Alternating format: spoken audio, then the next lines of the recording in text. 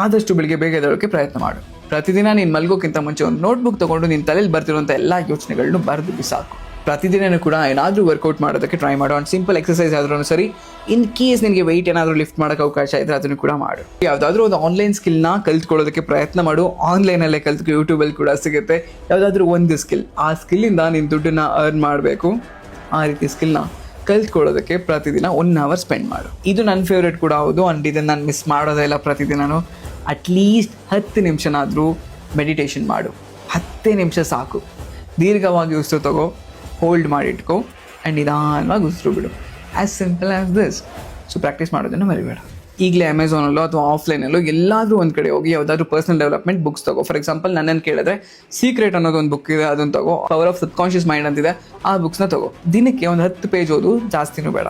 Okay, practice ಮಾಡ್ಕೊಂಡು ಬಾ. ಈ ಬುಕ್ ಓದೋದ್ರಿಂದ ನಿಜವಾಗ್ಲೂ ಲೈಫ್ ಬದಲಾಗುತ್ತೆ. ಚೆನ್ನಾಗಿ ಊಟ ಮಾಡು, ಕ್ಲೀನಾಗಿರಲಿ. ಏನೆಲ್ಲ ತಿಂದು ದೇಹ ಮತ್ತು ಆರೋಗ್ಯ ಎರಡನ್ನೂ ಹಾಳು ಮಾಡ್ಕೊಳ್ಳೋಕೆ ಹೋಗಬೇಡ. ಆದಷ್ಟು ಕ್ಲೀನ್ ಫುಡ್ಸ್ ತಿನ್ನು, ಮನೆ ಫುಡ್ಡೇ ತಿನ್ನು. ಕೊನೆಯದು, ದಿಸ್ ಇಸ್ ಫ್ಯಾಂಟಾಸ್ಟಿಕ್. ನೀನು ಯಾರ ರೀತಿ ಆಗಬೇಕು ಅಂತಿದೆಯೋ ಅವ್ರನ್ನ ಭೇಟಿಯಾಗಿ ಅವ್ರ ಜೊತೆ ಸ್ವಲ್ಪ ಸಮಯ ಕಳೆಯೋದಕ್ಕೆ ಪ್ರಯತ್ನ ಮಾಡು.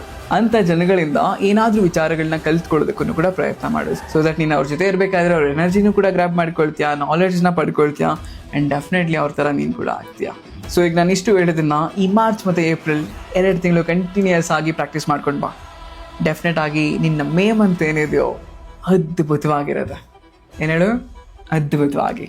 ಶೇರ್ ಮಾಡು, ಫಾಲೋ ಮಾಡೋದನ್ನ ಮರಿಬೇಡ. ಇನ್ನಷ್ಟು ಒಳ್ಳೊಳ್ಳೆ ವಿಚಾರಗಳನ್ನ ನಿನಗೆ ತಿಳಿಸಿ ನಿನ್ನ ಬದುಕನ್ನು ಬದಲಾಯಿಸೋದು ನನ್ನ ಕರ್ತವ್ಯ.